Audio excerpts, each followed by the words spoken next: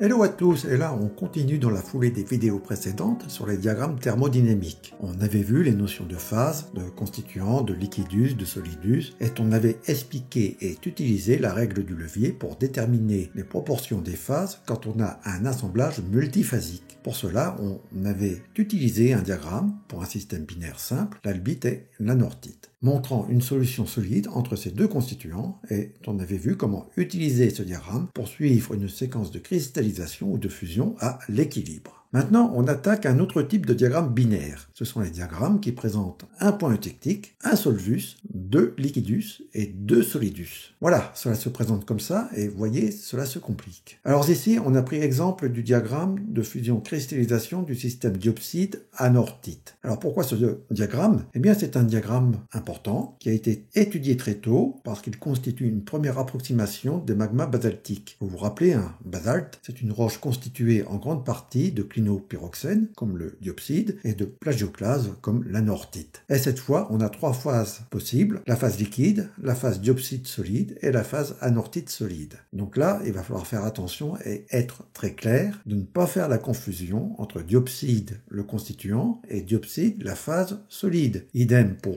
l'anorthite, puisque vous avez l'anorthite, le constituant, et l'anorthite, la phase solide. Alors pourquoi est-ce comme cela? Eh bien, le diopside, c'est un clinopyroxène. L'anorthite, c'est un plagioclase. Les deux, ce sont des silicates. Mais l'un fait partie de la famille des inosilicates, l'autre appartient à la famille des tectosilicates. On verra cela plus tard. Mais retenez que ce sont des silicates avec des structures cristallines bien différentes. Dans le cas des plagioclases, vous pouvez passer de l'albite à l'anorthite et vice-versa par simple substitution de cations. On parle alors de minéraux isomorphes pour la série des plagioclases. Diopside et anorthite ne sont pas des minéraux isomorphes. Alors comment faut-il comprendre ce diagramme? Eh bien, en fait, c'est la superposition de plusieurs diagrammes qui se chevauchent comme cela. Vous en avez un pour la partie très riche en constituant anorthite, un autre pour la partie très riche en diopside, et c'est pour cela que vous avez deux liquidus et deux solidus.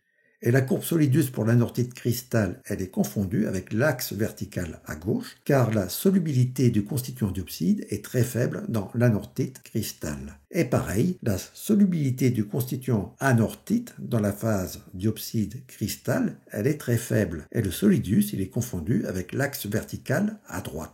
Et ces deux loupes d'immiscibilité solide-liquide, elles se chevauchent. Et vous avez les deux liquidus qui s'intersectent ici en un point très particulier que l'on appelle le point eutectique. Prenons un peu de recul au point eutectique. Vous avez trois phases. De l'anorthite solide, du diopside solide est un liquide. Et au point eutectique, quand la température elle s'abaissera en dessous de la température eutectique, eh bien le diagramme nous dit que nous n'avons plus de liquide et que nous rentrons dans un domaine biphasique avec de l'anorthite solide et du diopside solide. Alors comme dit précédemment, diopside et anorthite, ce sont des minéraux qui ne se mélangent pas à l'échelle atomique, ce sont des minéraux qui restent purs. Et ici, j'introduis une nouvelle notion, c'est celle de solvus. Et un solvus, c'est une courbe qui délimite le domaine où les deux phases cristallines ne peuvent pas se mélanger. Bon, maintenant que l'on a décrit les différents éléments de ce diagramme, passons à la pratique. Et je vais commencer par un exemple de cristallisation d'un liquide à 20% poids de diopside et 80% poids d'anorthite. Et ici, on va rester dans le cas le plus simple, c'est celui d'une cristallisation à l'équilibre. Je présente ici les différentes étapes et la démarche, elle est exactement la même que celle expliquée dans la vidéo précédente. Pour cette composition, le premier cristal d'anorthite, il se forme à 1500 degrés Celsius. Quand ma droite verticale, elle va intersecter le liquidus de l'anorthite. Puis, je continue à refroidir et ce faisant, je forme de plus en plus de cristaux aux dépens de mon liquide. Et ce sont des cristaux d'anorthite. Et les proportions massiques de cristaux et de liquides, elles peuvent être calculées par la règle du levier, comme expliqué dans cette vidéo. Et la composition du liquide résiduel, elle suit la courbe du liquidus comme ceci. Et c'est tout à fait normal, car comme je forme des cristaux d'anorthite, mon liquide résiduel s'appauvrit en constituant anorthite et il s'enrichit en constituant diopside. Puis on atteint la température eutectique, mon liquide a maintenant une composition dite eutectique. Alors que va-t-il se passer? Eh bien, tant que j'ai du liquide, celui-ci va garder une composition constante, qui est ici de 65% poids diopside et 35% poids anorthite. Et il y a deux choses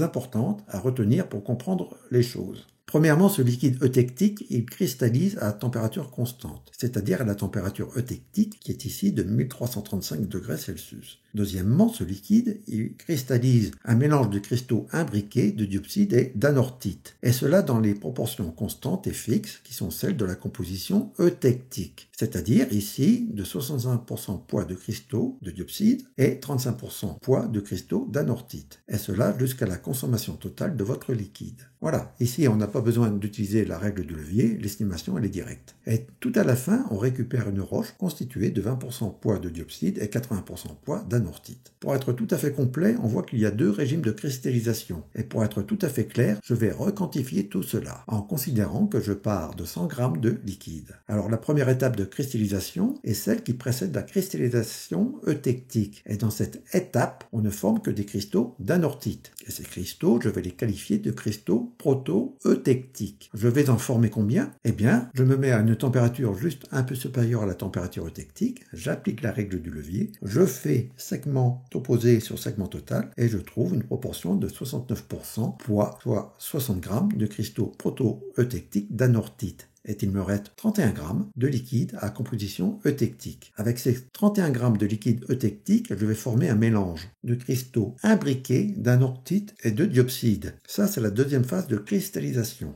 Je vais former des cristaux eutectiques et qui vont constituer un assemblage que l'on appelle une symplectite, car ces cristaux, ils cristallisent ensemble et cela forme des cristaux symplectitiques. Sur mes 31 grammes de liquide eutectique, je vais former 20 grammes de cristaux de diopside et 11 grammes de cristaux d'anorthite. Si je fais le bilan, eh bien, je retrouve bien 80 grammes de cristaux d'anorthite et 20 grammes de cristaux de diopside.